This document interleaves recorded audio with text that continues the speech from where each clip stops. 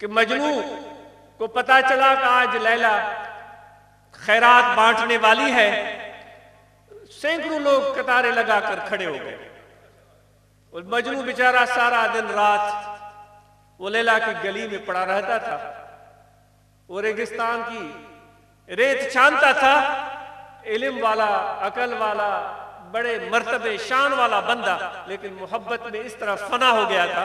جب اس نے سنا تو یہ بھی لائن میں، یہ بھی قطار میں کھڑا ہو گیا۔ لیلا کے سامنے جو بھی آیا اس کے کٹورے میں، اس کی جھولی میں، اس کی چادر میں کچھ نہ کچھ ڈالتی چلی گئی۔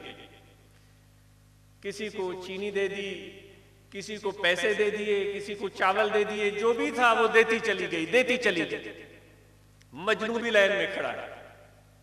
جب مجنو کی باری آئی تو اس نے بھی اپنا کٹورا آگے کیا، وہ ٹوٹا پھوٹا کٹورا جو اس کے ہاتھ میں تھا، لیلا نے اس کے ہاتھ سے کھینچا اور یوں پھینک دیا۔ کسی اور کا نہیں پھینکا، سینکڑوں لوگ کھڑے تھے، سب کو کچھ نہ کچھ دیا، لیکن مجنو کی باری آئی تو وہ کٹورا اس کے ہاتھ سے چھین کر یوں پھینک دیا۔ لوگ ہنسنے لگے، مجنو پاگل، پوری زندگی گلیوں میں پڑا رہا، تیری عزت یہ ہے لیلا کی نظر میں؟ سب کو دے دیا ہے، سب کو نوازا ہے، سب کو بخشش دی ہے، تجھے بخشش تو نہیں دی، تجھے نوازا تو نہیں، بلکہ الٹا ناراضگی کا اظہار کیا، کٹورا ہاتھ سے کھینچ کر پھینک دیا ہے۔ تیری کیا محبت، تیری کیا اوقات۔ لوگ حیران ہو گئے کہ مجنو غمگین ہونے کے بجائے خوشی سے ناچ رہا ہے۔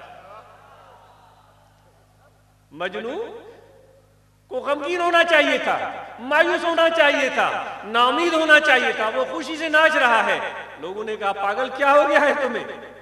اس نے کہا تم نہیں جانتے، تمہیں پتہ نہیں ہے، یہ ناراضگی نہیں ہے، یہ ناز ہے، ناز۔ یہ ناز بالحوث، ہوس کے اور حرص کے مارے ہوئے شخص کے حصے میں نہیں آتا، یہ ان کے حصے میں آتا ہے جو خوش قسمت ہوتے ہیں۔ اتنے لوگوں کے حصے میں یہ ناز نہیں آیا، میرے حصے میں آیا۔ مجھ سے بڑا خوش قسمت کون ہو سکتا ہے؟ جو خدا کی محبت کے طالب میرے بھائیوں، اگر اللہ سے پیار کرتے ہو تو پھر خدا کے ناز اٹھانے کے لیے بھی تیار ہو جاؤ۔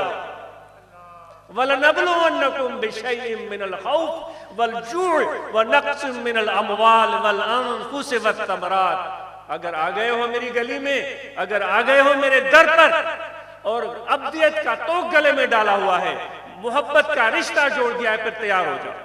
خدا کہتا ہے تیار ہو جاؤ، میں تمہیں آزماؤں گا۔ خوف بھی آئے گا، بھوک بھی آئے گی، بیماری بھی آئے گی، موت بھی آئے گا، ذلت بھی آئے گی، رسوائی بھی آئے گی، دھکے بھی ملیں گے، گالیاں بھی پڑیں گی، ڈنڈے بھی پڑیں گے، لیکن ہلنا نہیں ہے، اپنا سر جھکا کے رکھنا۔ اے میرے بھائیوں، ڈنڈے کا جواب ڈنڈے سے نہیں، سر جھکا کے محبت سے جواب دینا ہے، کیونکہ میرے نبی کی سنت ہے۔ طائف پہ پڑے تھے میرے نبی کو پتھر، تکلیف دی گئی تھی، اذیت دی گئی تھی، میرے آقا و مولا حضرت صلی اللہ علیہ وآلہ وسلم نے اف تک نہیں کی، بلکہ ان کو پیار دیا، ان کو دعائیں دی، ان کو شفقتیں دی۔ تو خدا کہتا ہے یہ کسی اور طرف سے نہیں آ رہا ہے، یہ میری طرف سے آ رہا ہے۔ یہ میرے بھائیوں، جو تکلیف آ رہی ہے وہ میری طرف سے آ رہی ہے۔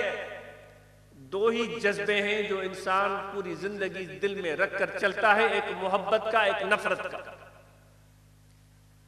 جو نفرت کے راستے پر چل پڑتے ہیں تو وہ نفرت کے معراج کو پاتے ہیں،